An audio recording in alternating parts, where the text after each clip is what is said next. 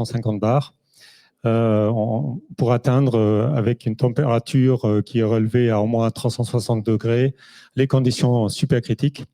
Et c'est là où, on va dire, le miracle du procédé se met en œuvre.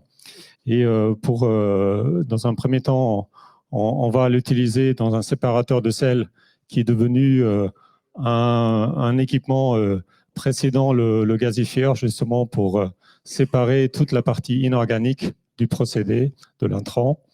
Et d'ailleurs, voilà, en ayant séparé les minéraux et les métaux, on va, avec le fluide carboné qui en reste, on va passer dans le gazifieur pour pratiquer cette conversion qu'on cible pour générer un gaz de synthèse assez riche en méthane et aussi en hydrogène. Et en fonction justement de la famille de cette technologie, soit à catalyse, soit à haute température, on génère deux types de compositions de syngaz qui sont illustrés sur ce slide. Je ne vais pas rentrer dans les détails, mais on est bien entendu à votre disposition, notamment avec les développeurs après, pour répondre à vos questions. Et d'ailleurs, pour récupérer le gaz, il y a une séparation qu'on appelle gaz liquide. On récupère d'un côté le gaz à haute pression, qu'on peut épurer ou méthaner pour le rendre injectable dans le réseau. Et de l'autre côté, on récupère un liquide qui est de l'eau azotée et qui peut être parfois directement réutilisable, soit parfois il faut pratiquer une filtration et voilà, on peut le rendre au moins à qualité industrielle pour différents usages. Et voilà, je pense que j'ai dit l'essentiel. Je ne vais pas passer trop de temps là-dessus. D'ailleurs, voilà, vous avez ici un assemblage de familles d'intrants, notamment d'origine biogénique, c'est-à-dire des biomasses qu'on peut valoriser à travers cette technologie. Mais on a aussi des déchets d'origine fossile qui existent aujourd'hui encore, qui sont présents et qui ont besoin aussi de traitement, de technologies de traitement performants. Et voilà, il y a aussi un certain nombre d'industriels, notamment de la chimie, de la pétrochimie, mais aussi des microplastiques qu'on peut valoriser à travers cette technologie. Vous voyez sur le schéma à droite que voilà, cette technologie s'intègre dans une approche d'économie circulaire. On essaie vraiment de maximiser la valorisation de n'importe quel intrant qu'on introduit dans la machine. L'objectif final, c'est d'avoir autant possible du zéro déchet ultime et de valoriser tout ce qui est valorisable et de supprimer tout ce qui est nuisible, notamment les bactéries, les virus, les produits pathogènes. Au niveau des atouts de cette technologie, autres que ceux que j'ai déjà présentés, je vais passer rapidement. On a un taux de conversion de carbone très élevé. On est entre 85 et 99%. On frôle la perfection pour certains intrants. On a une occupation du sol qui est très faible. Comparé à la méthanisation, on est facteur presque 10 inférieur. On a une installation compacte. Elle est modulaire. Pourquoi elle est modulaire? C'est parce qu'on est à haute pression. On est pour différentes raisons, notamment aussi de coût, on est obligé de limiter la taille et on fonctionne par des modules qui sont de taille 4-5 tonneurs grand maximum. C'est-à-dire si derrière le besoin de traitement dépasse cette taille-là, on rajoute un deuxième module, voire un troisième. On a des rendements énergétiques qui sont très élevés. On est dans la plupart des cas entre 75 et 85%, ce qui est plutôt très performant pour une technologie de conversion. Et d'ailleurs, on a aussi des bilans de gaz à effet de serre, des analyses de cycle de vie qui sont a priori très positifs. En tout cas, les premières publications le laissent entendre. Et bien entendu, on va travailler dessus pour pouvoir le prouver avec des projets concrets. Et dernier point sur lequel je voulais revenir, c'est aussi les nuisances sonores et olfactives qui sont extrêmement faibles. Dans la technologie, à part la pompe, il n'y a rien qui fait du bruit. D'ailleurs, c'est assez silencieux et une pompe, on peut facilement l'isoler de son environnement. Dernier point sur lequel je voulais revenir, c'est les nombreux intérêts économiques. Bien entendu, avec le gaz, on gère une plus-value considérable, mais ce n'est pas la seule, parce que autant on peut bien sûr l'injecter dans le réseau, elle est stockable, et en France, heureusement, on est une infrastructure qui se prête très bien pour pouvoir compenser la variation entre la consommation et la production. Mais on a aussi d'autres rémunérations complémentaires qui sont liées aux services, liées au traitement de différents déchets et de valorisation de ces déchets. Et d'ailleurs, on a des coproduits qu'on peut potentiellement valoriser. Et c'est tout ça qui fait à terme la plus-value de cette technologie. Et d'ailleurs, on a aussi des revenus supplémentaires qui peuvent tout simplement venir par la suppression ou la diminution de certains coûts de référence qui n'existent plus ou qui diminuent fortement. Voilà, je pense... Ah oui, et je ne suis pas fini. C'est l'essentiel qui arrive. Voilà, aujourd'hui, et c'est moi qui a fait l'erreur. Je ne sais pas si on a apporté un exemplaire du livre blanc. Si ce n'est pas fait, je demande à ce qu'on cherche un pour qu'on puisse l'amener et montrer. Voilà, aujourd'hui, c'est... Ah, merci. Merci beaucoup. Voilà. Voilà, aujourd'hui, c'est la sortie de ce livre blanc qui est une première pour cette technologie et aussi pour la filière, parce qu'on a essayé au sein du groupe de travail national de documenter un peu tout ce qu'on sait aujourd'hui sur cette technologie et sur cette filière qui existe déjà dans plusieurs pays en Europe et qu'on veut faire émerger en France. Et c'est tout le travail des nombreux acteurs aujourd'hui qui sont réunis dans ce groupe de travail. Vous voyez tous les logos sur le côté. Et voilà, la genèse de cette idée vient de la genèse du groupe de travail dans lequel, très rapidement, on s'est aperçu que pour avoir vraiment toutes les informations sur la technologie, il faut chercher à gauche, à droite. Il faut consulter beaucoup d'acteurs parce qu'il n'existe pas de document qui l'a formalisé. Et c'est là, on s'est dit, on va se mettre en route pour tous ensemble écrire ce qu'on sait. Et voilà, il y a plusieurs des co-auteurs et des contributeurs qui sont aujourd'hui présents dans cette conférence qui peuvent en témoigner. Et voilà, on a travaillé sur différents aspects de la technologie. On a essayé de fructifier aussi tout ce qu'on sait pour avancer, notamment pour donner un exemple, par exemple, travailler sur les externalités positives qui sont liées à cette technologie. On les a regardées sur plusieurs aspects économiques, environnementaux, émissions et autres. Et vous y trouvez quelques éléments dans ce livre. Voilà.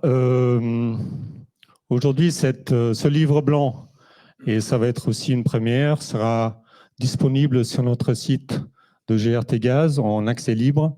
Va falloir remplir un petit formulaire, mais il est très succinct. C'est juste pour savoir un peu qui s'intéresse à la technologie. C'est important pour nous aussi de savoir qui s'intéresse à la technologie. Est-ce que ce sont que des clients? Est-ce que c'est des utilisateurs divers et variés? Est-ce que c'est les parties prenantes plutôt du domaine public, institutionnel, etc.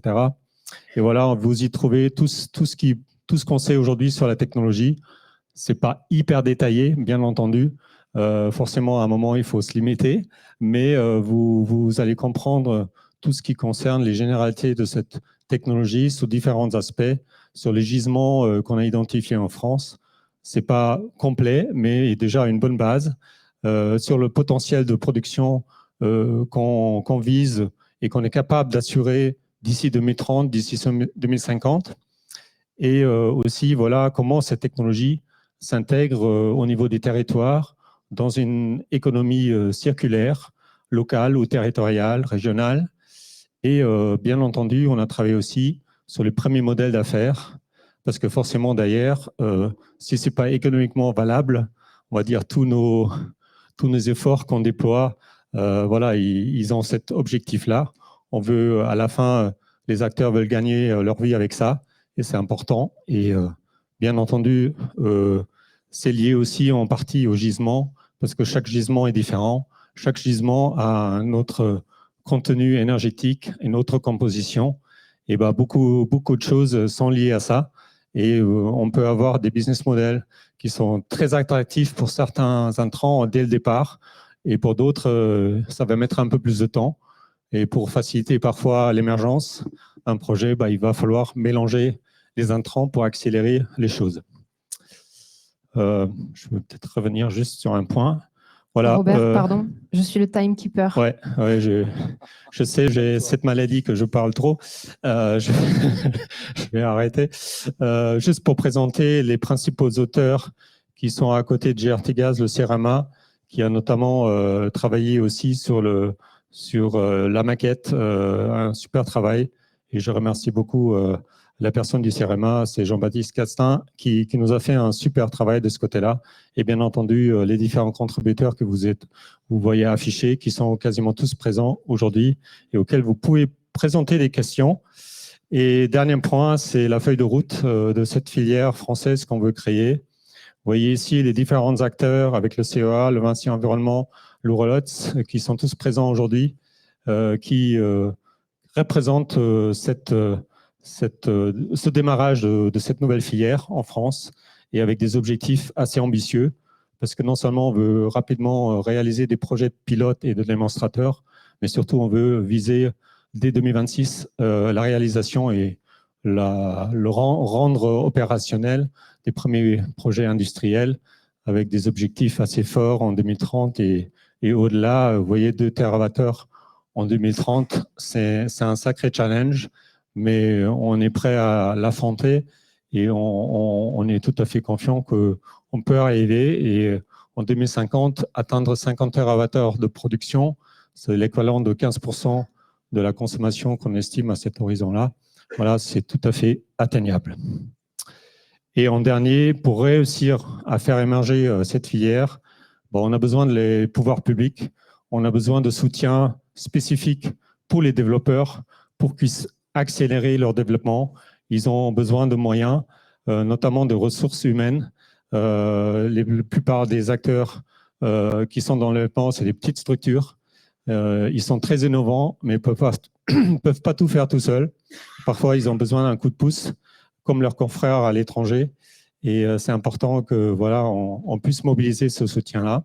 Et d'ailleurs, pour les premiers projets, pour ceux qui sont prêts à prendre les risques, de porter ce risque-là, d'avoir un soutien de la force publique, des ministères qui définit des cadres de mécanismes de rémunération, c'est important. Et bien entendu, en dernier, on a aussi besoin d'un cadre réglementaire qui permet de monter ces projets et qui soit le plus uniforme possible sur tout le pays. Voilà, je crois que je vais arrêter là. Merci Robert pour cette belle introduction à la gazéification hydrothermale. Et félicitations pour le coup à tous les contributeurs à la rédaction du livre blanc. Vous nous l'avez présenté, la gazéification hydrothermale est une technologie présentant de nombreux avantages, aussi divers que variés, allant de la production d'énergie à la valorisation de déchets. Et à ce titre, Paolo Fernandez, pour Veolia, vous avez contribué à la rédaction du livre blanc. Pouvez-vous nous expliquer en quoi la gazéification hydrothermale s'inscrit dans la stratégie de votre entreprise? Je l'ai mis dans le titre, c'est une promesse. Et je pense que Robert l'a bien présenté. C'est une promesse. Alors pour Veolia, tout simplement, on a une trajectoire. On doit faire des économies d'énergie à l'échelle du groupe, 5%. On doit aussi produire plus d'énergie. On s'engage sur 5% en 2 ans. Donc effectivement, on n'est pas dans le même tempo. Mais je pense que ces indicateurs-là vont devoir s'accélérer dans le temps. Donc, ça veut dire qu'effectivement, en dehors du déchet, l'énergie est un point essentiel et la partie environnement. Au niveau France, puisqu'on est en France, et c'est vrai qu'un jour, on parlera en anglais lors d'une présentation, en fait, on vise au niveau France à travailler sur la partie avoir des services aux collectivités, aux industriels autonomes en énergie d'ici 5 ans. Donc, ça, c'est déjà des engagements que l'on prend. Une énergie plutôt 100% locale, qu'elle soit inscrite dans le territoire, qu'elle soit renouvelable à 80%. Il y a une contribution solaire et beaucoup de circularité, 75%. Donc, on voit bien qu'effectivement, à travers ces différents enjeux, qui sont des enjeux d'aujourd'hui, pas des enjeux du futur, sur lesquels, en fait, cette technologie-là, elle coche toutes les cases et j'espère qu'elle pourra émerger assez rapidement pour pouvoir soutenir ce développement. Si je fais un petit peu un focus, sur Veolia. Et l'exemple de Veolia en France, c'est travailler sur ce hub énergie, travailler sur les territoires, travailler sur les clients, travailler sur la production d'énergie, travailler sur les producteurs et rassembler effectivement au sein d'un seul point, alors, ça porte différents noms, la capacité de produire en local et surtout de bien valoriser les ressources qui nous sont offertes en termes de valorisation. Si je vais un petit peu dans le détail, effectivement, j'ai parlé beaucoup d'énergie, des enjeux qui sont d'aujourd'hui. Et au niveau de la filière, c'est aussi contribuer à des enjeux que tout le monde connaît. C'est la course au net zéro, donc au niveau d'efficacité, au niveau des émissions, sur lesquelles Veolia s'est inscrit. On a déjà des offres. Et encore une fois, l'HTG coche encore ces objectifs-là. Et un point sur lequel, ça fait partie aussi des discussions, au niveau de la valorisation, Veolia pousse toujours vers un recyclage, une réutilisation des matières organiques, aller au plus simple et de manière efficace. Puis après, ensuite, une hiérarchie. C'est-à-dire qu'effectivement, quand c'est pas possible de valoriser, aller vers une valorisation thermique, on va dire l'incinération, c'est plutôt quelque chose qui est plutôt en dernier recours, parce qu'on valorise pas, on ressource pas, mais ça fait partie, on peut récupérer les énergies. Et la GH, justement, si on prend les directives, on voit bien qu'elle respecte bien cette hiérarchie. On va produire du gaz, on va produire des minéraux, on va produire des matières qui vont vraiment s'inscrire pleinement en fait dans cette hiérarchie. Et c'est ce qui me plaît en fait, ce côté disruptif. On a un procédé qui, voilà, comme le titre dit, plein de promesses, qui va permettre effectivement de générer des revenus, générer des services et le tout territorial et peut-être avec des capacités assez larges, du petit à du grand. Et ça, c'est super intéressant en termes d'approche. La contribution à la filière GH, on est plusieurs acteurs, on s'est réunis. Le livre blanc, lisez-le, c'est quelque chose qui est super intéressant. Ça permet d'avoir vraiment une vision globale. Moi, on me l'a beaucoup demandé, je ne l'ai pas diffusé à mes collègues, ça a été un peu difficile. Mais voilà, je peux enfin le diffuser pour le partager parce qu'en fait, ça pose vraiment les bases de ce qu'on connaît, de là où on veut aller. Et effectivement, il y a des points, il y a des visions un peu différentes parce qu'on a des acteurs et des matrices différentes. Et ça, c'est très bien. Et c'est vrai que notre contribution à Veolia et des acteurs qui étaient autour de la table pour le livre blanc, mais le GTGH en règle générale, c'est tout ce qu'a dit Robert à la fin. Il nous faut des référentiels, il nous faut maîtriser la technologie, il faut travailler sur sa disponibilité, il faut travailler sur sa performance économique. Et effectivement, on a besoin, pour Veolia, être capable de donner un avis, peut-être proposer à terme un démonstrateur sur cette technologie-là. Et surtout partager. On est là en train de partager. On partage un début. Il y a eu beaucoup d'efforts déjà qui a été fait par Robert. Mais partager aux clients, aux autorités, aux associations pour encourager et donner un cadre à la fois réglementaire, technique, financier au niveau de cette filière-là. Donc, voilà, comme je le dis dans le titre, plein de promesses. Et c'est celle qu'on essaye, entre guillemets, d'obtenir. Merci beaucoup, Paolo. Safwan Alayoubi, vous avez développé le concept de biofactory. Pouvez-vous nous expliquer ce que c'est et en quoi la gazéification hydrothermale s'inscrit dans le concept d'économie circulaire que Paolo Fernandez a commencé à évoquer? Merci Laura de me donner cette occasion de présenter la star de Suez qui s'appelle la Biofactory. Biofactory, c'est tout simplement une station qui permet aux collectivités de récupérer les ressources et de produire de l'énergie renouvelable. C'est ça l'abréviation STAR qui figure sur le transparent. C'est une première étape de solution qui s'inscrit dans une économie circulaire, dans le cadre d'une économie circulaire. À titre d'exemple, je présente sur ce schéma en fait le cas de traitement des eaux usées où les flèches montrent cette circularité de récupérer les ressources essentielles qui sont l'eau réutilisable, également les nutriments qui peuvent être séparés. Nous avons déjà des solutions qui séparent par exemple le phosphore de l'eau, mais c'est quelque chose également à approfondir encore, et également les biomatières et surtout le biogaz et le biométhane comme énergie renouvelable.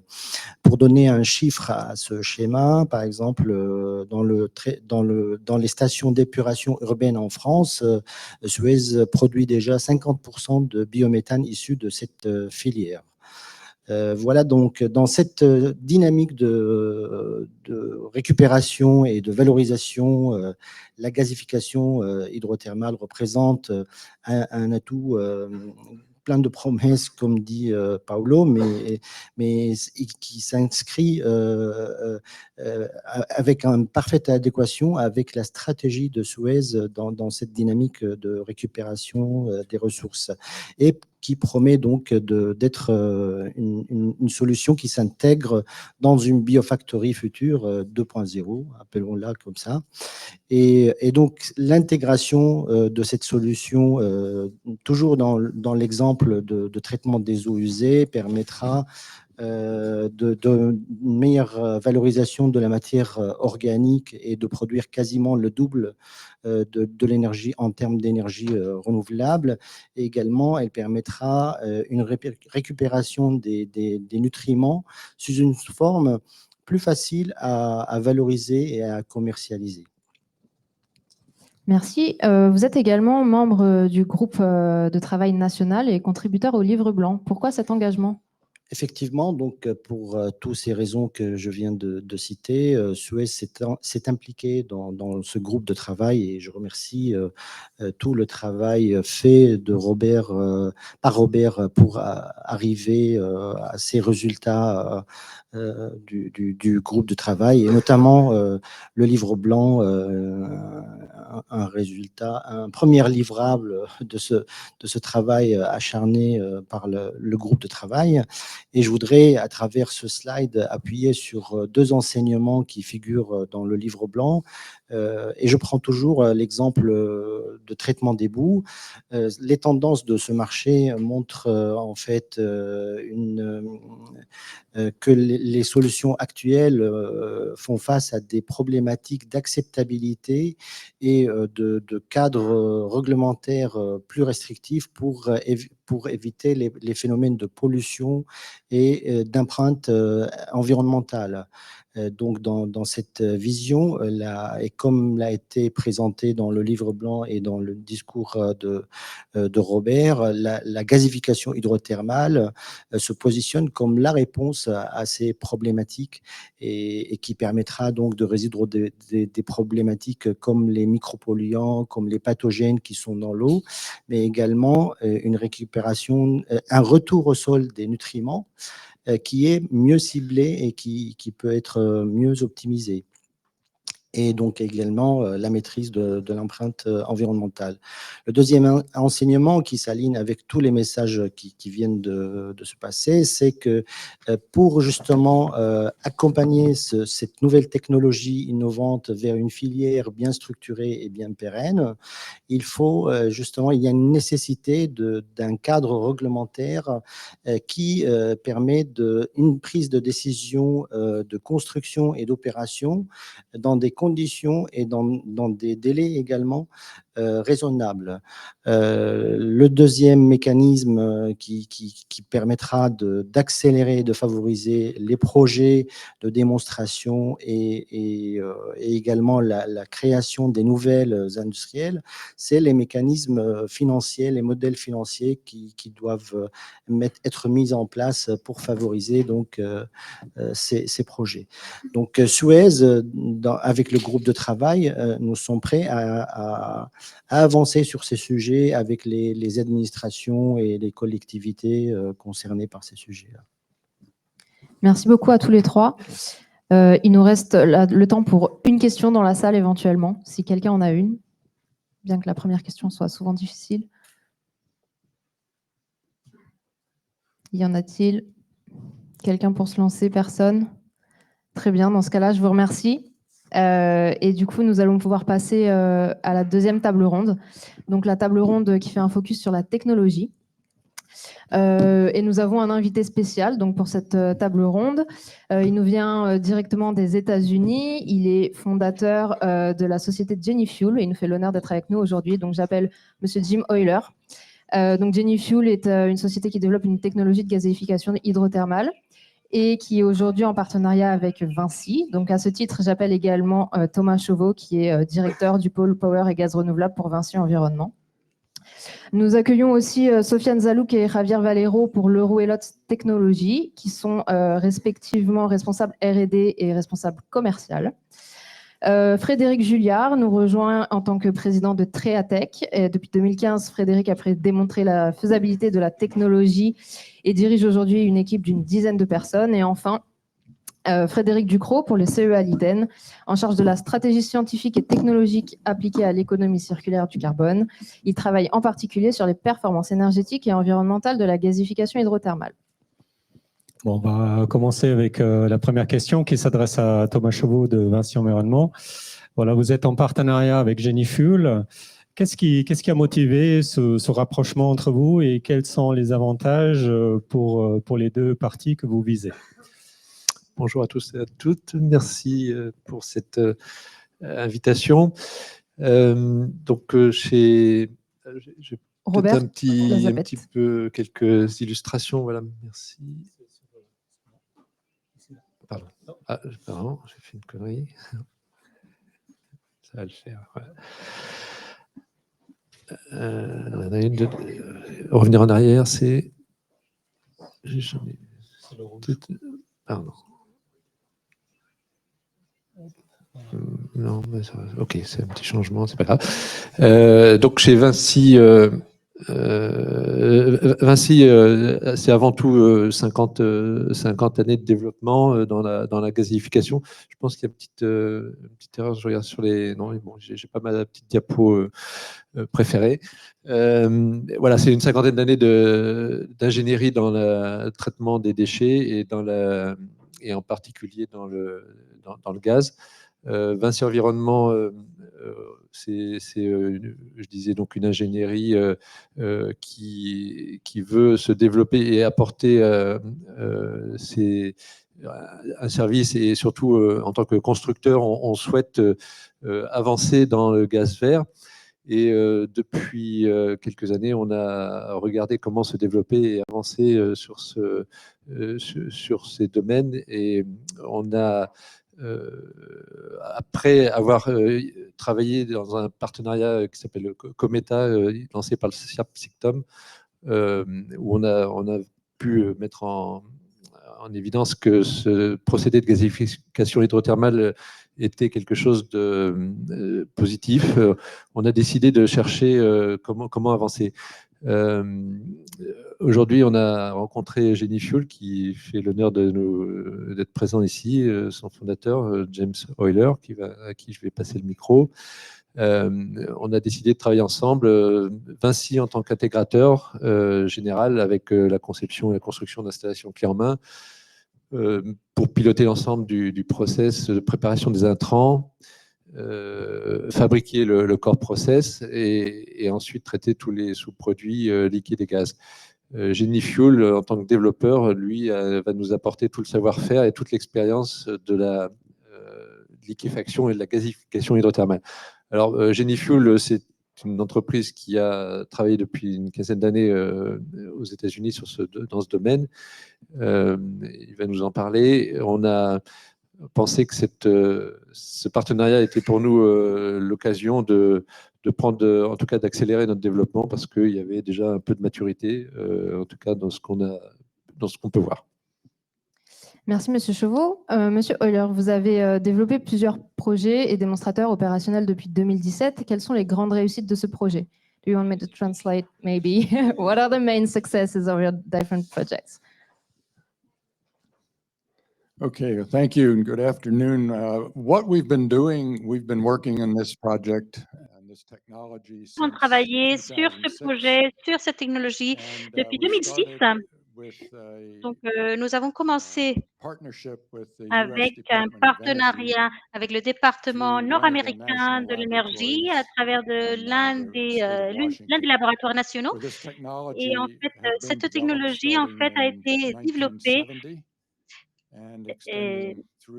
donc depuis plusieurs années. C'est quelque chose que l'on a continué à développer jusqu'à aujourd'hui. Donc, en 2010, on a commencé à créer le laboratoire pour donc avoir des technologies liées au carburant et aussi donc on a fait également la gazéfication hydrothermale. Donc, l'idée, c'est qu'au niveau de la gazéfication, en fait, nous nous sommes concentrés à ce niveau-là et cette technologie a permis que tous les développements qui se sont produits, on a pu avoir donc la licence, le brevet qui a été donné à Genifuel pour la commercialisation. Donc, en 2010, nous avons commencé donc à développer ce type de choses et plusieurs systèmes qui ne cessaient de croître. Et ceci a permis donc de faire par exemple un système de démonstration qui a été fait en Inde et qui a été utilisé pour les industries en Inde. Donc, l'idée, c'était de faire la liquéfaction et aussi le gaz. Donc, ceci est en place depuis 5 ou 6 années en Inde. Ça a remporté d'énormes succès et donc, c'est en fonctionnement en continu, de manière permanente. Et donc, ceci permet donc d'avoir cela avec des intrants pendant les différentes saisons aussi. Donc, depuis ce moment-là, nous avons également construit plusieurs systèmes différents. Il y en a un système qui est mobile, qui peut être déplacé d'un endroit à l'autre. Et c'est un système qui a été mis en place et a été en opération dans différents endroits. Donc, souvent, pour ce qui fait des bouts d'épuration. Donc, on avait des bouts d'épuration donc à différentes villes. Au début, on a essayé en Californie et puis plus récemment, on l'a testé aussi en Floride, Orlando, par exemple, et aussi une petite ville au nord. Donc, l'idée, c'est que l'on peut déplacer ce système pour démontrer qu'on peut utiliser cela avec les différents bouts des différents endroits. Donc, on a fait une mise à l'échelle de ce système pour l'Inde, par exemple, et puis un autre système plus petit qui peut être déplacé d'un endroit à l'autre. Donc, le projet suivant sur lequel nous sommes en train de travailler, c'est aussi avec des eaux, donc de traitement des eaux, d'épuration. Donc, c'est donc, par exemple, dans le métro de Vancouver. Vancouver, donc, c'est une population d'environ 3 millions de personnes, d'habitants. Donc, il faut voir comment faire tout le processus pour cette population. C'est quelque chose que vous pouvez voir sur la partie de la gauche de l'image. Et donc, ça représente 25% environ des habitants de la ville. Donc, on va faire une partie de cela, de ce flux. Et donc, l'idée, c'est donc de mettre en place tout cela dans les 5 usines de traitement des eaux. Et donc, l'idée, c'est de faire tout cela dans le cadre d'un grand plan stratégique d'ici 2036. Et pour donc vraiment mettre tout cela à une plus grande échelle. Voici beaucoup des avantages que nous avons développés pour donc la liquéfaction hydrothermale et la gazéfication hydrothermale aussi. Donc, vous pouvez voir que en fait, c'est quelque chose qui est plein de mots en français. Donc, je vais passer la parole à mon collègue. En français parce que ça va être plus compliqué. OK, I will donc, do Jim it in French. For me, it would be easier. Aujourd'hui, à son actif, près de 70 intrants testés dans différents domaines. Toute la liste on pourra en détailler un peu plus si ça intéresse. Bon, avec tous les avantages de cette technologie qu'il a pu mettre en tout cas, il a fait tous les essais pour le démontrer, avec 80% de méthane en plus, des gaz renouvelables et des biocarburants pouvant être certainement vendus à un prix plus avantageux.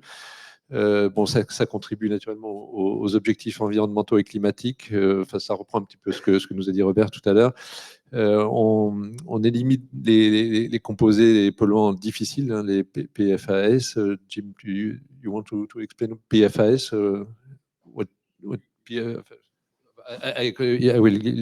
Système donc évolutif. Alors le design aujourd'hui il est modulaire, donc ça permet d'adapter la capacité du traitement en fonction du besoin. Comme vous avez pu voir sur les photos, c'est des modules type conteneur 20 pieds ou 40 pieds. C'est des constructions qui peuvent être fabriquées en série à terme avec nos normes européennes, naturellement. Un coût d'OPEX qui est en cours d'évaluation, mais qui semble assez optimum. Et puis, on pense qu'il y a un marché international sur cette technologie.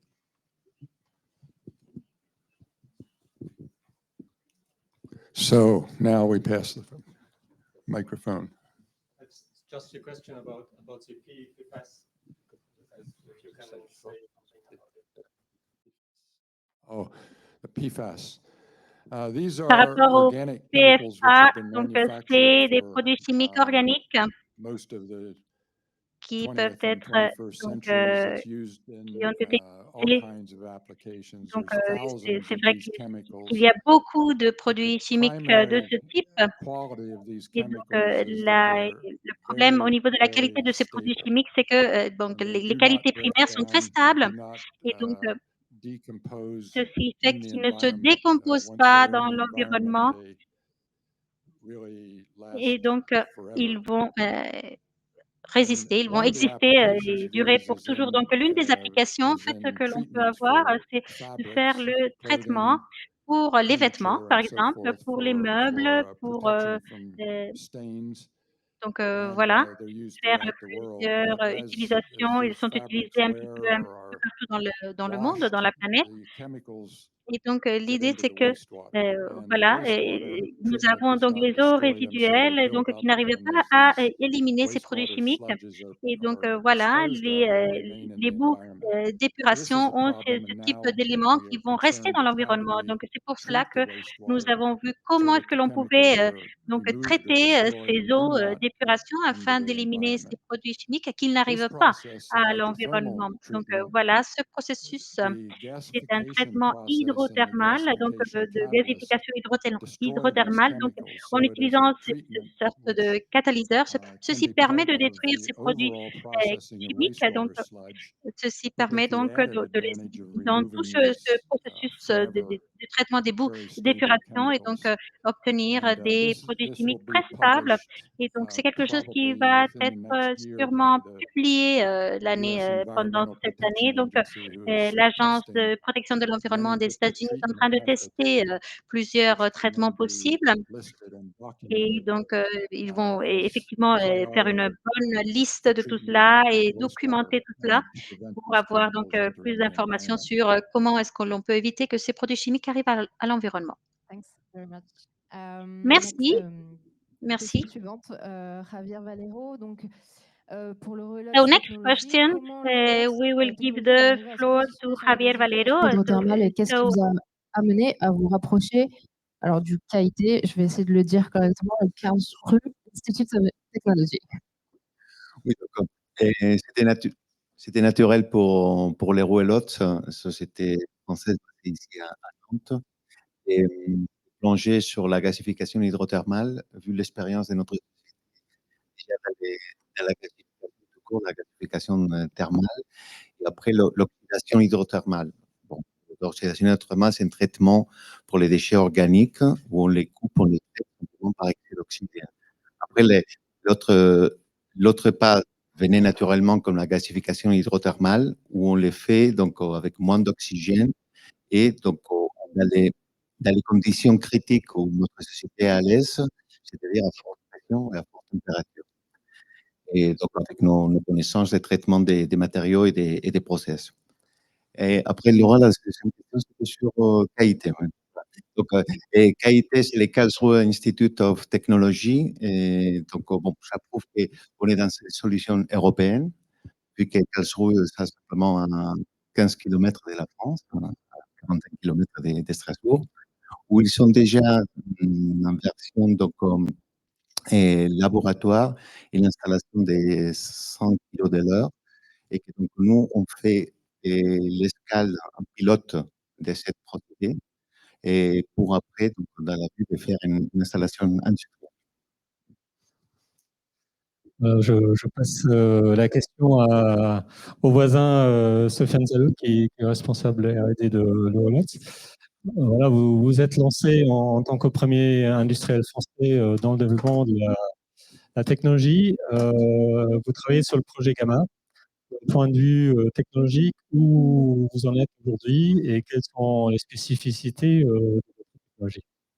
Effectivement, on travaille sur le projet Gamma, qui est un projet de démonstration industrielle grande capacité, parce qu'on est sur un démonstrateur de 2 tonneurs qui souhaite traiter l'essentiel de ce qui est produit par la station d'épuration de la Carène à Saint-Nazaire, qui est l'équivalent de 2 tonneurs de boue de production. Aujourd'hui, on est en cours d'études d'engineering, hein, du basic design. Donc, on dimensionne tous les équipements, le réacteur, les séparateurs, les tuyauteries. On a commencé cette étude-là l'année dernière et qu'on poursuit actuellement. Et donc, aujourd'hui, l'idée, c'est de poursuivre cette étude-là pour consolider le prix du démonstrateur, pour pouvoir consolider la partie financière et d'amorcer la construction du démonstrateur à partir de l'année prochaine.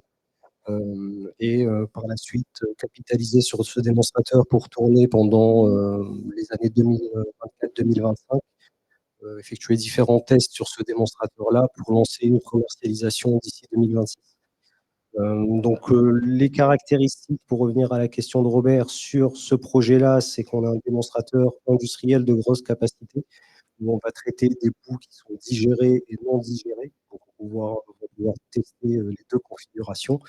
Et on sera sur une installation qui fonctionnera en continu dans un premier temps, avec 1000 heures de fonctionnement lors de la période de mise en route, et on montera en gamme au fur et à mesure des essais pour pouvoir atteindre des taux de fonctionnement à terme qui seraient de 1000 heures comme une installation industrielle.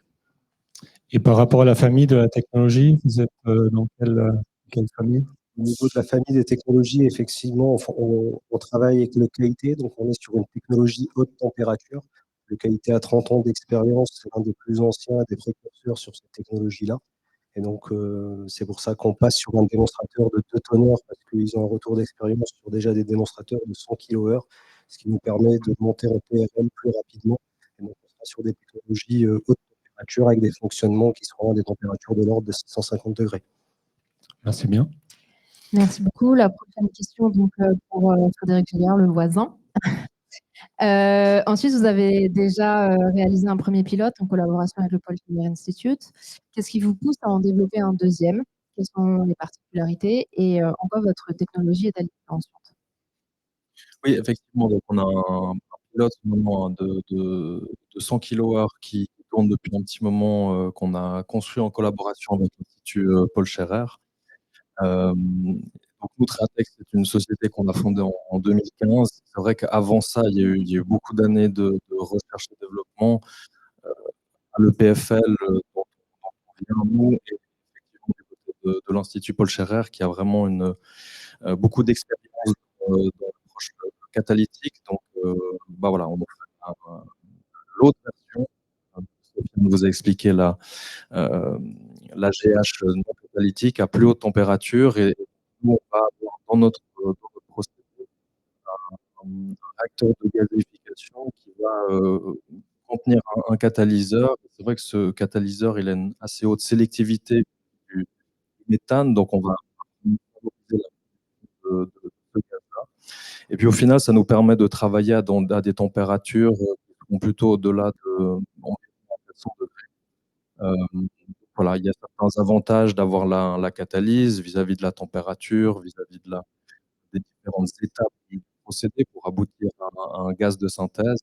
Il y a aussi des inconvénients de travailler avec un catalyseur qui nécessite d'être régénéré. Il y a passablement d'aspects qui sont liés à tout ça. Vis-à-vis de votre deuxième question, donc effectivement, on a un pilote de 100 kg/h qui est dans un environnement académique, de valider déjà beaucoup de choses, de faire beaucoup de tests, de comprendre ce qui marche un peu moins bien. C'est vrai que maintenant, pour nous, l'objectif, c'est de passer à un TRL supérieur et d'aller faire un pilote relativement similaire, peut-être à une échelle un peu plus grande, dans un environnement industriel. Donc c'est vraiment important pour nous de pouvoir ne plus tester ce procédé sur quelques semaines, mais vraiment de pouvoir le tester sur des milliers d'heures avec voilà, un intrant, un déchet bien caractérisé à la base, avec l'injection du gaz par la suite, la récupération du CO2, avec toutes les différentes voies de valorisation de l'eau, du CO2, du gaz, etc. Une question supplémentaire non prévue. Euh, Est-ce que cette unité-là sera fixe ou est-ce qu'elle est mobile? Oui, effectivement, bonne question. Elle a été vraiment designée pour être transportable. Donc, on a différents modules dans des containers, une partie haute pression et sur un skid. Et l'objectif, effectivement, c'est de pouvoir le transporter et l'amener sur différents marchés, sur différentes verticales pour pouvoir voilà, valider la techno avec différents intrants, un peu à la même image que Jenny Fuel a fait avec une échelle un peu plus grande. On va passer à Frédéric Ducrot, qui représente le CEA Liten à Grenoble et j'ai une collaboration avec GRDF sur la gasification à Tamal. Quelles sont les pistes d'optimisation et d'amélioration sur lesquelles vous travaillez, vous explorez? Est-ce que voilà, votre feuille de route un peu d'ailleurs d'industrialisation, est-ce que vous pouvez nous voilà, décrire un peu tout ça et merci. Oui, merci.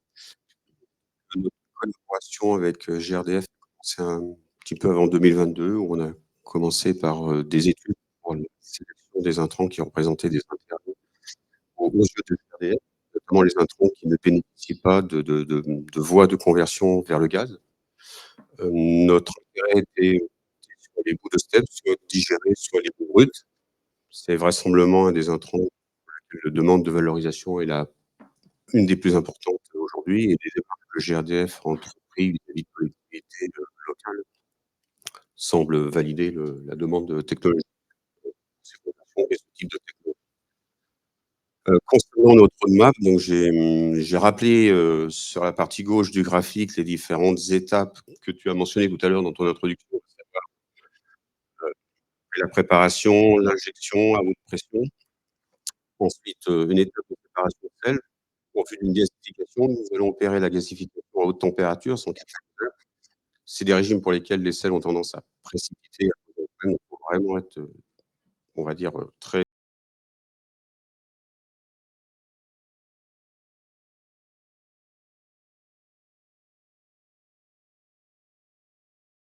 nous opérons sur des de débit autour d'une dizaine de kg/h, qui représente, pour nous un compromis intéressant entre la possibilité de facilement faire du paramétrique et quand même une certaine représentativité. Donc nous allons, pousser des technologies d'injection, de séparation de sel et de gasification à ces échelles, mais séparément.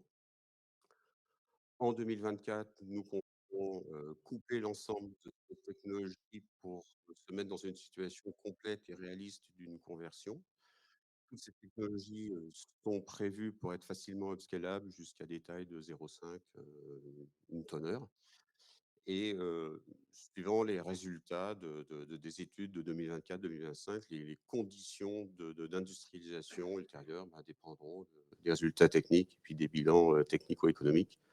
Et pour terminer, nous lançons en même temps des réflexions, mais vraiment à très bas TRL et puis de l'ordre des études de PhD sur de l'HTG catalytique, justement pour bénéficier d'une réduction de régime de température et puis d'une meilleure sélectivité vers le méthane. Voilà. Okay, merci je bien. te remercie. Je vais finir par une dernière question que je voudrais adresser à James et Thomas. Et je vous demande d'être le plus court possible. Voilà, quelle est votre vision à vous deux à horizon 2030 voilà, comment comptez-vous développer le marché français, voire européen? Vous pouvez nous illustrer ça rapidement. Oui, très très rapidement. Donc cette feuille de route, un petit peu comme le CEA, on s'est fait un petit programme sur les 10 prochaines années. En avançant déjà sur notre partenariat avec Jenny Fuel, on a démarré l'année dernière. On se doit cette année d'avancer sur le développement d'une unité pilote qui sera, on va dire, d'une conception à peu près identique à celle qui a été faite aux États-Unis. Donc on envisage un transfert technologique très rapide. Ce pilote, l'objectif, c'est de pouvoir le mettre à disposition dès 2024 et pour faire aussi également tous les tests d'intrants avec les clients qui le souhaitent.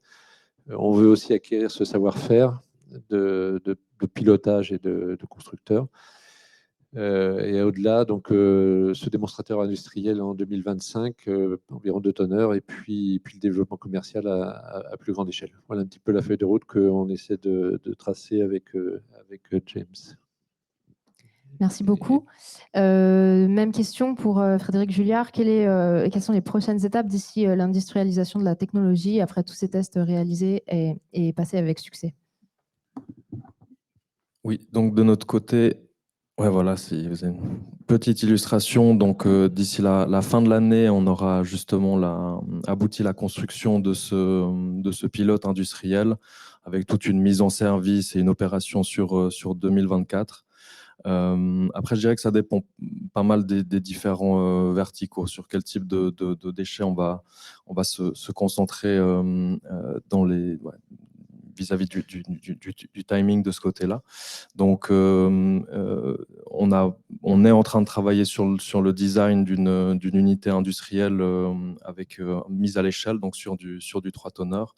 Après, on sait qu'on pourrait être plus ou moins rapide dépendant des différents feedstocks. Donc ça, c'est encore des choses à considérer, à mettre en place. Mais voilà, en gros, on pense être à échelle industrielle aux alentours de 2025 également.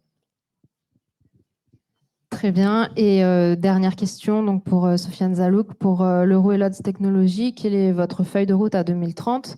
Quel est le marché visé en priorité et surtout comment le projet Gamma s'inscrit dans cette trajectoire? Donc effectivement, ce que je présentais tout à l'heure, c'est le développement du projet Gamma avec le fonctionnement et la capitalisation sur le démonstrateur industriel qui arriverait à terme d'ici 2026. Donc à partir de là, ça serait la première installation industrielle qui arriverait à partir de 2027 avec des tailles qu'on estime de 4 à 8 tonneurs pour avoir une rentabilité économique par rapport au développement qu'on mène, et avec une dizaine d'installations en fonctionnement ou en cours de construction d'ici 2030. Merci beaucoup. De la même manière, il nous reste un peu de temps pour 2 questions éventuellement, s'il y a des questions dans la salle. Vous avez été tellement clair. Oui, une question, monsieur. Une question pour un média, MP Média. En fait, vous ne parlez jamais ou très peu, à part Triatech qu'on a pu rencontrer l'an dernier, du prix du gaz qui sort de ces très belles machines. Qu'est-ce qu'il en est? Est-ce que vous pensez que ça peut devenir rapidement compétitif, surtout si GRT veut en injecter dans le réseau en France ou ailleurs, je ne sais pas? Le prix du gaz, le price of gas. Peut-être Frédéric, tu peux répondre parce que je pense que vous avez déjà fait quelques simulations et j'aimerais rajouter une autre question. C'est, je crois savoir que vous avez au début, vous avez beaucoup axé votre développement autour des bouts de step et notamment l'année dernière, mais même déjà avant, l'année dernière, vous étiez ici, il y avait SCW Systems aussi qui était présent. Et SCW Systems s'est concentré beaucoup sur les déchets industriels. Peut-être tu peux témoigner justement comment l'année dernière a changé un peu la donne et répondre un peu aussi à la question qui a été posée. Oui, effectivement. Donc, c'est vrai que je pense qu'il est important de comprendre, c'est le coût de la production du gaz, donc à l'unité du mégawattheure. C'est vrai que des bouts d'épuration, alors c'est un très gros marché, c'est un vertical très intéressant. C'est vrai qu'en termes de gaz, c'est pas la matière qui va nous permettre d'en produire le plus. Il faut savoir qu'avec des déchets de l'industrie de la chimie, par exemple, on va par tonne, on va produire environ 3 fois plus de gaz. Sur ces déchets industriels bien spécifiques, on arrive quand même à des coûts de production qui sont en dessous d'une quarantaine d'euros par mégawattheure. Donc effectivement, ça reste compétitif par rapport à beaucoup de technologies qui sont aujourd'hui sur le marché. Et après, vis-à-vis des bouts, je vous dis, ça dépend énormément du feedstock. Il faut savoir que plus le déchet nous permet de créer du gaz, moins c'est un déchet contraignant pour le client en question à l'élimination. Donc, des bouts d'épuration, quand aujourd'hui, on n'a pas d'autre choix que de les incinérer, une tonne de matière sèche, ça coûte environ 350 € à l'incinérateur. Donc, il y aura moins de gaz à produire. Par contre, on part du principe que le client en question sera prêt à payer une charge vis-à-vis de l'élimination à la tonne. Mais je crois qu'on avait déjà eu l'occasion de parler un peu des coûts de production du gaz. C'était peut-être vis-à-vis de mes voisins. Oh, on le vendra au prix du marché. Hein. On vendra au prix qu'on sera bien OK de nous. Non, mais c'est vrai que, et ça, c'est peut-être plus d'un point de vue stratégie et business. Il y a différents business models, en tout cas de notre côté. C'est vrai que un des modèles d'affaires qui est très intéressant, c'est de faire du service. Si vous voulez faire du service, ça implique qu'on doit financer nos propres équipements. Et c'est vrai que c'est là qu'en ayant des partenaires qui vont pouvoir nous racheter le gaz sur des prix stables et définis, c'est ça qui nous permet de financer nos équipements et de pouvoir avoir ces projections. Et c'est ce que le client va chercher aussi, qui va vouloir racheter du gaz à un prix le plus stable possible. Merci beaucoup. I'll answer in addition to that.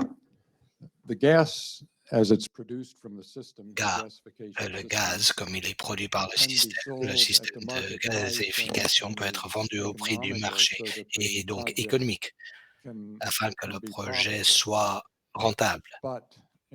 Mais en complément, aux États-Unis et dans pas mal d'autres pays, nous voyons cela dans de nombreux endroits. Il y a un accord où le gaz vert, si c'est du gaz qui a été produit par un processus renouvelable, à ce moment-là, le prix est différent. Cela a commencé en Californie.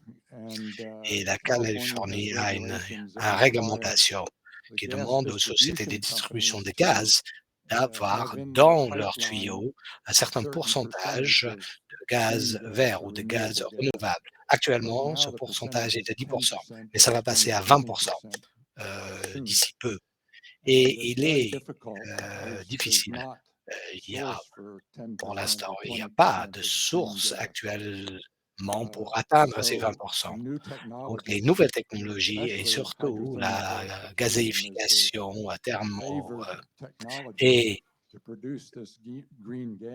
la technologie préférée pour produire ce gaz vert. Pour encourager cela, il y a un prix spécial pour le gaz renouvelable qui est 4 ou 5 fois celui du prix du marché.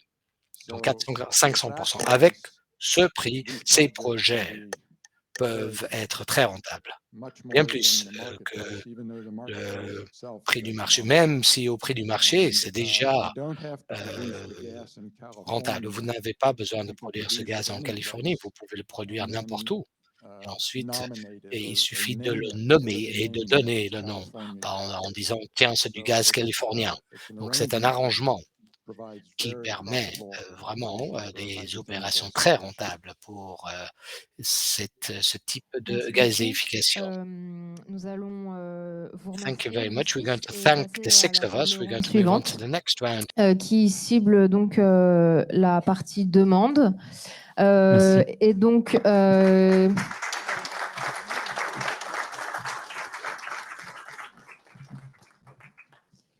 cette table ronde va cibler les porteurs de la demande de la gazéification hydrothermale, donc plutôt au niveau industrie et collectivité. J'appelle à me rejoindre donc Flavie Biller, directrice transition écologique et climatique à la Carène, donc de l'agglomération de Saint-Nazaire. Nous accueillons également Serge Schuffer, donc responsable de projet site et infrastructure pour Arkema sur le site de Le Carling, et Benoît Lalizel, donc directeur développement industriel et R&D pour Cristal Union.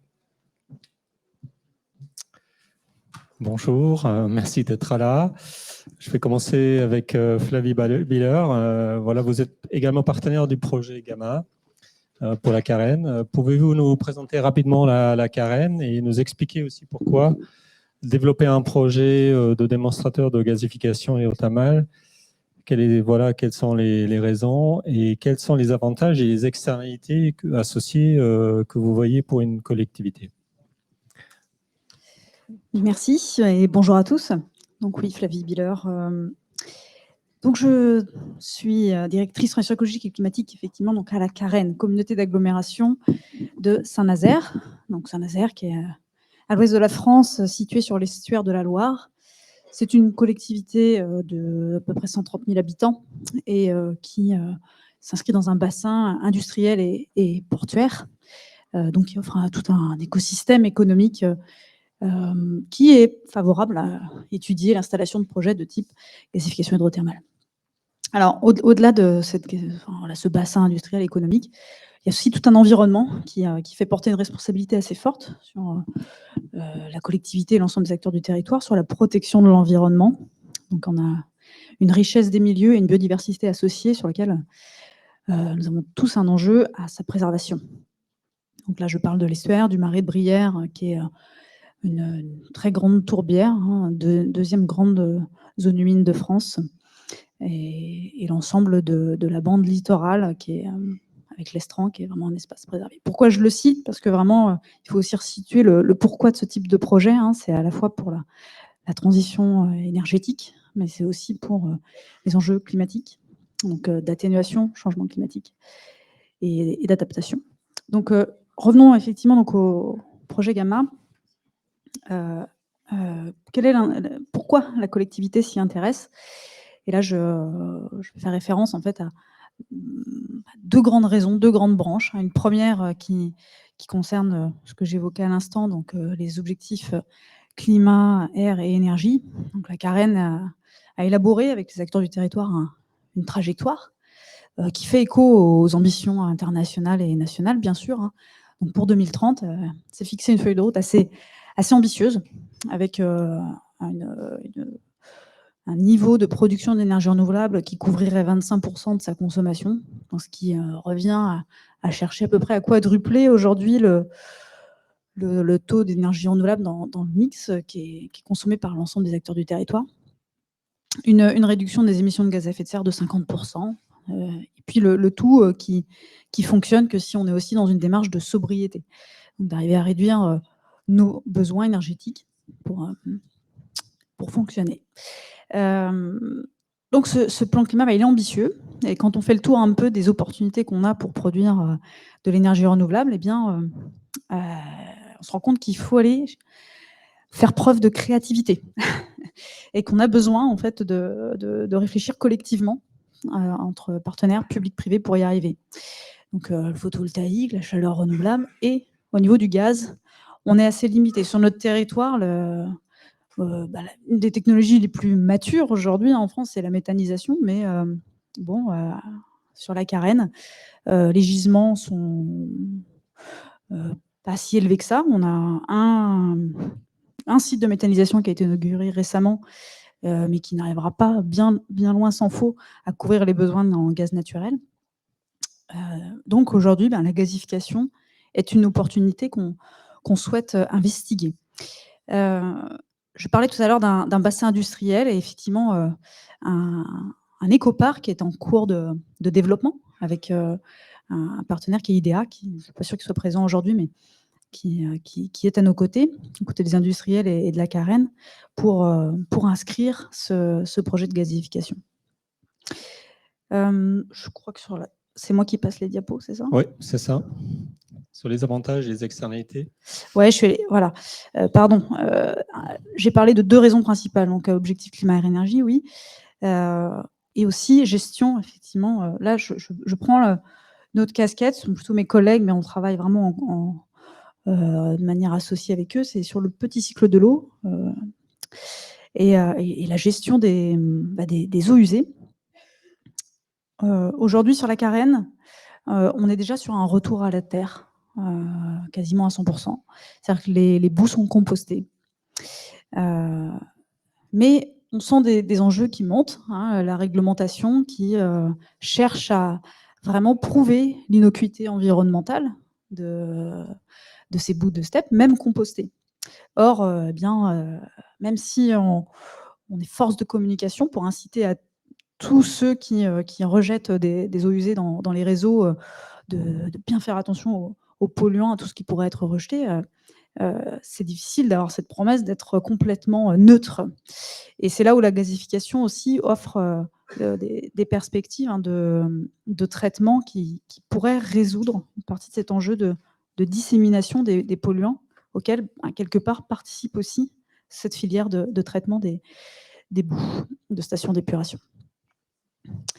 Voilà, donc le projet Gamma, on en a parlé tout à l'heure avec Laurent Elot, c'est au stade démonstrateur. Parce qu'aujourd'hui, pourquoi la Carène s'y intéresse, parce que là, je viens de l'évoquer, les grands principes. Maintenant, il s'agit de démontrer vraiment sa faisabilité. C'est une technologie, mais qui a du sens que par rapport à la matière qu'elle trouve localement. Donc là, l'idée, c'est OK, prenons cette question, cette promesse, et regardons concrètement qu'est-ce qu'on a comme intrant. Les boues de stations d'épuration en sont une, mais on veut chercher aussi à voir est-ce que ça peut offrir des solutions à d'autres types d'intrants. Donc c'est déjà un premier sujet à travers ce démonstrateur, c'est tester ces intrants. Et enfin, cette promesse environnementale, est-ce qu'elle est vraiment là? Est-ce que on est aussi, en tant que collectivité, si on veut s'inscrire dans ce projet, c'est pour en être certain. Est-ce que les eaux, une fois qu'elles sont ressorties, est-ce qu'on va bien arriver à les dénitriter et à faire en sorte qu'elles puissent revenir dans le milieu sans impact environnemental? Le gaz renouvelable, comment est-ce qu'on va le valoriser? Parce que nous, on est aussi gestionnaire de deniers publics, donc il s'agit aussi de s'assurer qu'il y a un modèle qui fonctionne. Alors là, après, ça pose d'autres questions. Est-ce que le marché arrivera à faire en sorte que ce type de projet sorte à temps pour réussir nos objectifs climat et énergie? Ça, on n'en est pas encore là. Et enfin, ces autres matières minérales, quel débouché en termes d'économie circulaire on peut arriver à trouver? Quand je vous disais, ce site, cette implantation au sein d'un bassin industriel peut permettre des synergies, et on se donne aussi 2 ans pour les rechercher, les investiguer. Voilà, donc là, vous avez juste quelques chiffres, effectivement, d'installation de 2 tonneurs qui pourraient produire de l'ordre de 8 gigawattheures de gaz et d'économiser de l'ordre de 2000 tonnes d'équivalent CO2 en émissions. Merci bien. Merci beaucoup. Prochaine question pour Serge Schuffer. Donc, l'activité d'Arkema génère des sous-produits qui peuvent être difficiles à valoriser. En quoi la gazéification hydrothermale peut apporter une réponse à cette problématique pour l'industrie chimique? Oui, bonjour, donc Serge Schuffer, je suis responsable projet site et infrastructure sur l'établissement Arkema de Carlin-Saint-Avold, en Moselle-Est, au sein de la plateforme Chemesis, donc qui regroupe plusieurs industriels, dont Arkema et Total Energy, SNF et des nouveaux entrants. Donc il y a une plateforme en pleine évolution. Donc, nous avons, pour Arkema, l'activité, c'est production d'acide acrylique et de dérivés d'ester et de superabsorbants. Cette activité produit et sous-produit beaucoup de lourd acrylique, donc des réactions d'addition, de décomposition, de l'ordre de plus de 10 000 tonnes de composés organiques.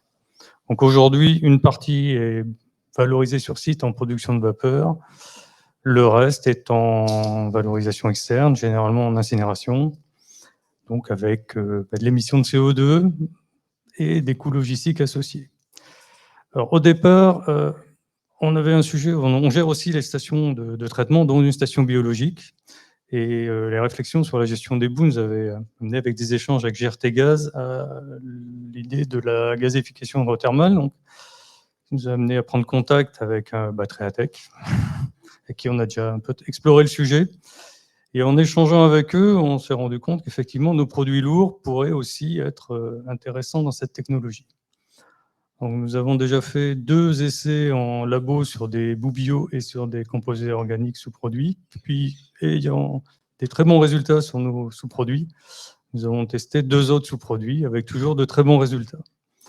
Donc, cette technique aujourd'hui nous paraît très intéressante, puisqu'elle permet de se substituer aux incinérateurs qui étaient évoqués tout à l'heure. Donc l'acceptabilité n'est pas toujours garantie dans le temps, avec des contraintes logistiques de plus en plus importantes, puisqu'il faut aller chercher les incinérateurs qui veulent bien prendre nos produits, certains étant un peu compliqués à gérer. Et donc l'idée de pouvoir traiter ces produits sur site avec cette technique est très intéressante. Alors c'est un sujet qui a démarré sur le site de Carlin avec les produits acryliques et rencontre aujourd'hui une démarche plus générale au niveau du groupe Arkema, qui se préoccupe maintenant du CO2 dans les prochaines années. Hein. Les actions de réduction classiques ayant été faites ou en cours, maintenant il faut s'attaquer vraiment aux sujets de fond, ils sont plus compliqués. Et donc cette technique-là va être présentée à l'échelle du groupe sur un comité qui va suivre les sujets pour voir, essayer d'imaginer les solutions, l'utilisation de cette solution sur d'autres sites.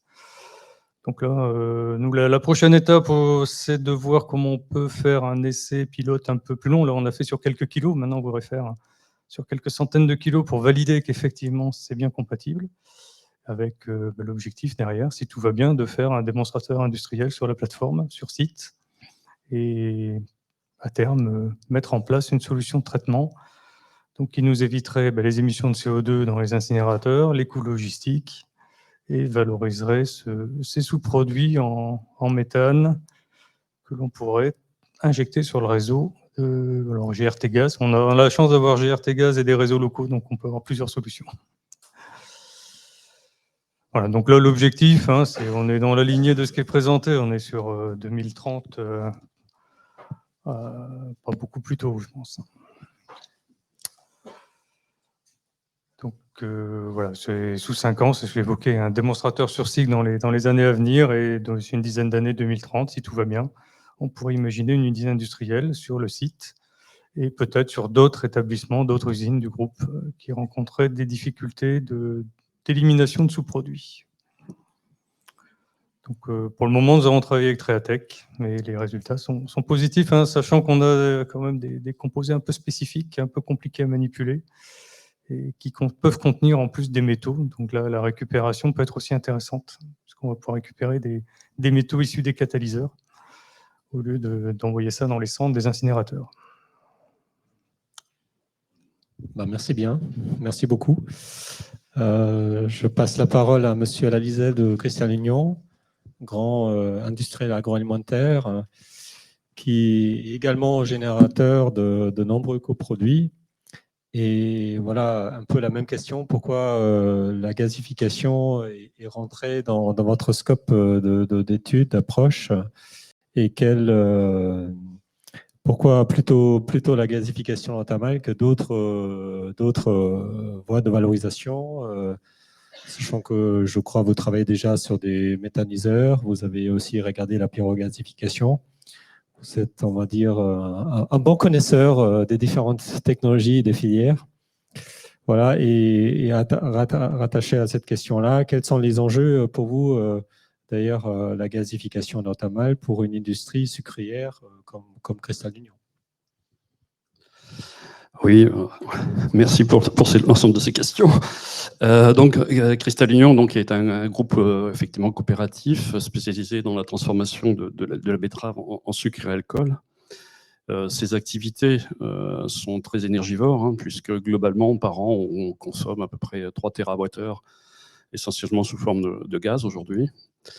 De ce fait, cette grosse consommation d'énergie nous place dans le système de déclaration des émissions et donc dans le système ETS, avec un objectif en fait de décarboner, avec une réduction importante des émissions d'ici 2030 et 2050.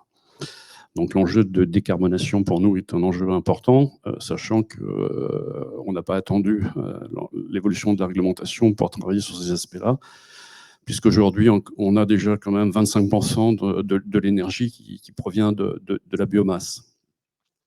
Mais il nous reste encore 75% à aller chercher. Alors, effectivement, dans le procédé, nous avons beaucoup de coproduits riches en matière organique, hein, puisque le procédé sucrier, quand on extrait le sucre, nous avons des coproduits tels que la pulpe, hein, qui est le résidu cellulosique issu de la betterave, les écumes qui proviennent, en fait, c'est du carbonate de calcium avec toutes les impuretés qu'on extrait, et puis la mélasse, qui est le composé de sel issu de la betterave et qu'on n'arrive pas à séparer, plus une partie du sucre qui est non cristallisable dans le process. Sur le procédé de fermentation, une fois que la levure a transformé le sucre en alcool et que l'on fait la distillation, on génère un résidu de distillation qui comporte donc aussi les sels et des matières organiques, hein, qui est la vinasse.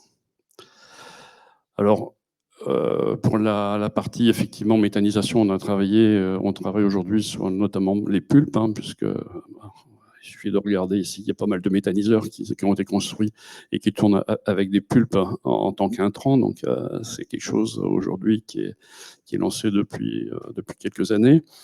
Par contre, depuis 20 ans, on travaille aussi sur la méthanisation des vinasses, mais la composition en fait, chimique des vinasses de distillerie de betterave provoque des inhibitions en fait, au niveau du complexe microbien dans les méthaniseurs, et on n'arrive pas à assurer une méthanisation parfaite et complète, ou en tout cas on arrive à pouvoir le faire, mais avec des temps de séjour qui sont largement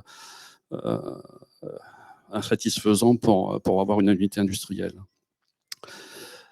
Sur ces vinasses, aujourd'hui, en fait, elles sont valorisées essentiellement par les sels qu'elles contiennent, donc essentiellement de la potasse, et en fait, on les vend comme engrais avec une normalisation, hein, qui permet effectivement aux agriculteurs de l'utiliser, et elle est aussi, il est possible aussi de l'utiliser en agriculture biologique.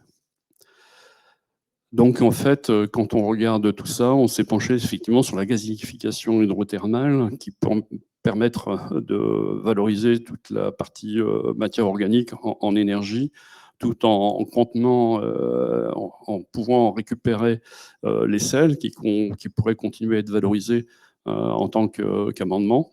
Et de l'autre côté aussi la récupération de l'eau, hein, puisque la vinasse est à peu près à entre 15 et 20%, on pourrait la mettre dans la gazéification, à ces niveaux de concentration de matière sèche. Donc en fait, on voit que l'ensemble s'inscrit parfaitement dans une économie circulaire dans laquelle en fait, s'inscrit Cristal Union. Et quand on regarde les quantités produites et la valeur énergétique en fait, de la vinasse, on peut assurer en fait, une autoconsommation de la distillerie, une autonomie énergétique de la distillerie. Alors, pour cette gazéification hydrothermale, nous, on a déjà nos coproduits, donc on a des attentes pour arriver à développer une technologie à un niveau unité industrielle. On est prêt à pouvoir développer un démonstrateur. On est aussi dans l'attente d'une réglementation française qui aboutisse en fait à assurer la décarbonation en fait du syngaz. Le fait de produire un syngaz et de l'utiliser pour produire l'énergie nous permettent de décarboner et soit reconnu dans le système ETS, puisque sur la partie biométhane, c'est un peu difficile dans le système ETS en France. Et puis, la mise en place d'aides spécifiques pour pouvoir construire construire et développer en fait, les premières unités de gazéification hydrothermale sur des sites industriels. Merci beaucoup à tous les trois pour vos interventions. On a le temps pour des questions, s'il y a des questions dans la salle.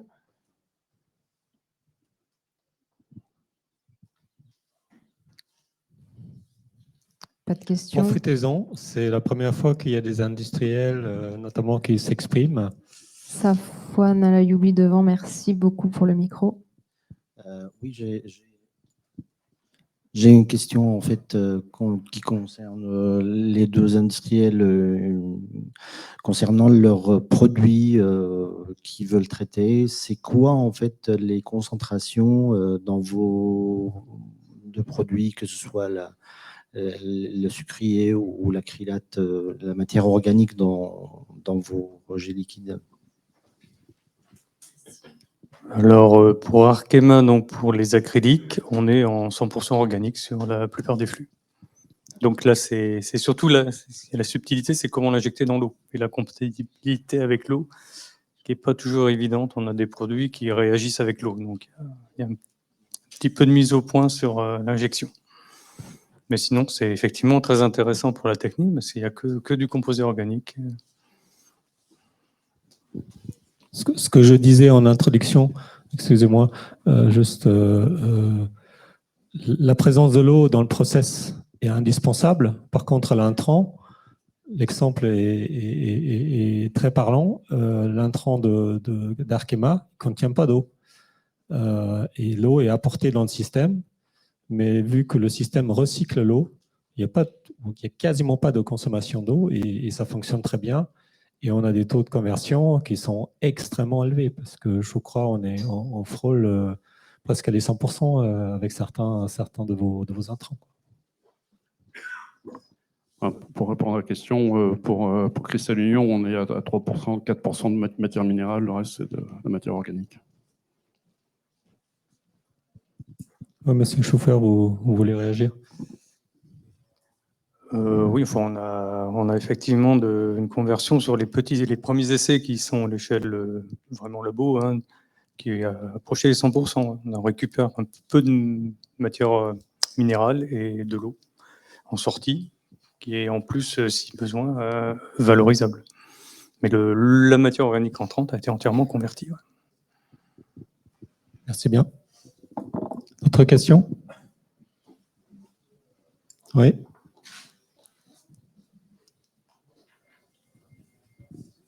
Oui, bonjour. C'est une question pour Cristal Union. Est-ce que vous pouvez donner des chiffres un petit peu en termes d'investissement visés en fait sur une installation? Vous avez parlé d'autonomie ou de capacité en fait à produire autant d'énergie à partir des vinasse sur un site. Donc ça représente quelle puissance et est-ce que vous aviez aussi une idée de votre objectif en fait en termes de prix au mégawattheure gaz en sortie? C'est pas une question facile. Non, on ne s'est pas fixé de.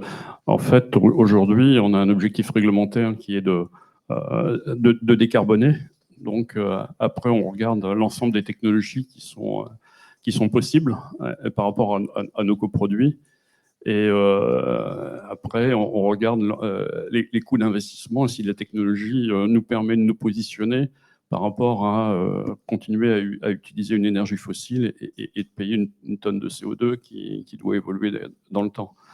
Donc en fait, on n'a pas aujourd'hui... La feuille de route, c'est baisser nos émissions de CO2 de 35% d'ici 2030 et de continuer par la suite entre 2030 et 2050. Et après, c'est, si possible, effectivement, d'être en autonomie énergétique avec la valorisation des coproduits, avec plusieurs voies possibles.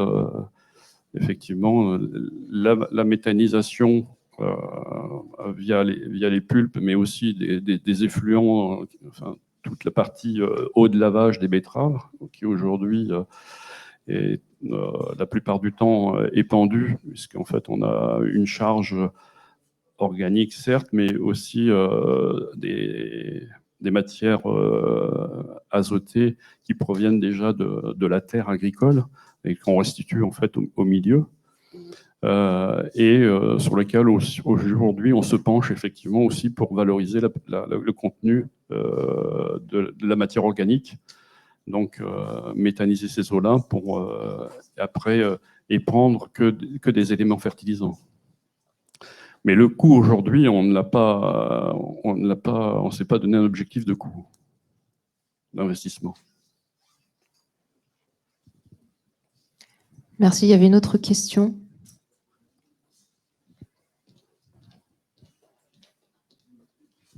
Oui, bonjour, Pierre-Emmanuel Pardo, Suez. J'ai une question pour la Karen. Concernant la taille du projet, vous avez présenté le projet beaucoup sous la forme validation des entrées-sorties. Merci beaucoup pour la filière. Vous faites un gros projet de 2 tonneurs. Quelle a été votre motivation pour passer directement à cette taille-là? Alors, la motivation première, c'est de se dire, on veut vraiment être à l'initiative d'un projet au stade démonstrateur et qui ensuite, l'étape suivante, c'est industriel. Ce qui poussait assez vite à chercher une tonneur. L'investissement est déjà considérable pour une tonneur. Donc, à un moment donné, on a mouliné un peu les chiffres, on s'est dit, bon, comme on sait que si à terme, on était amené à traiter l'ensemble, si en fait la filière montre tous ses bénéfices et que l'ensemble des bouts avait un intérêt à être valorisé à travers cette filière, eh bien, on couvrirait au-delà d'une tonneur. Pas tout à fait les 2 tonneurs avec les bouts de nos stations d'épuration, mais en tout cas au-delà d'une tonneur. Par ailleurs, ce que j'évoquais tout à l'heure, c'était que l'idée aussi de ce démonstrateur, c'était de tester d'autres intrants. Donc à un moment donné, quand on voit l'investissement qu'on a besoin déjà au stade démonstrateur, on s'est dit, bon, on continue l'étude en envisageant une couche supplémentaire financière, mais qui, si le projet montre tous ses bénéfices, il pourra basculer sur un stade pérenne et industriel et traiter et avoir un intérêt pour le territoire en l'état. Voilà ce qui a poussé cette réflexion. Alors maintenant, comme l'a été évoqué, le projet n'est pas encore ficelé. Voilà, on est encore en phase d'étude. Donc, mais en tout cas, c'est l'orientation qu'on prend aujourd'hui. Merci beaucoup. Y a-t-il une dernière question éventuellement? Très bien. Dans ce cas, merci beaucoup à tous les 3.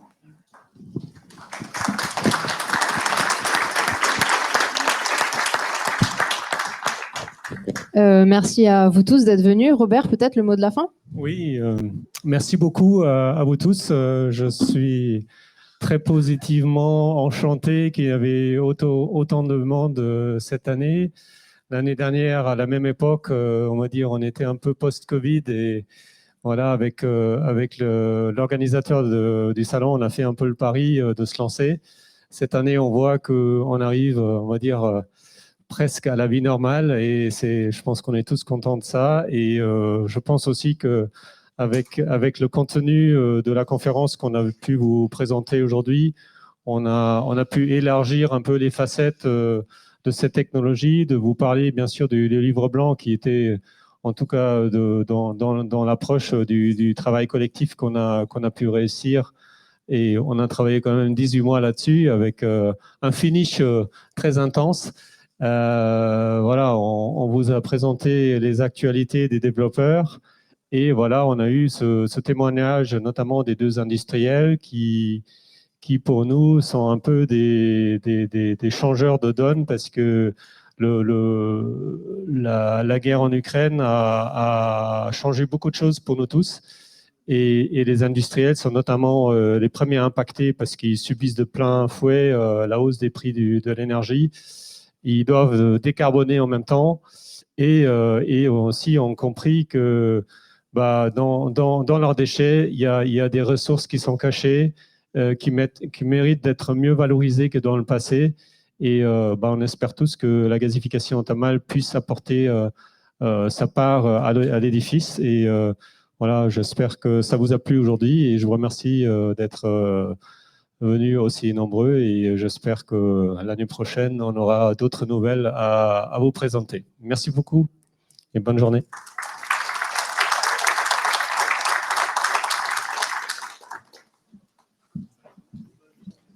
Ah oui, oui, on m'a coupé. Je pourrais encore avoir le micro. Oui, merci. Je voulais juste un grand merci à l'organisateur du salon, à Paul Stewart, qui nous a permis d'organiser cette conférence et surtout d'avoir les journalistes à distance connectés. C'est une première. On a fait ça dans un temps record et grand merci pour ça.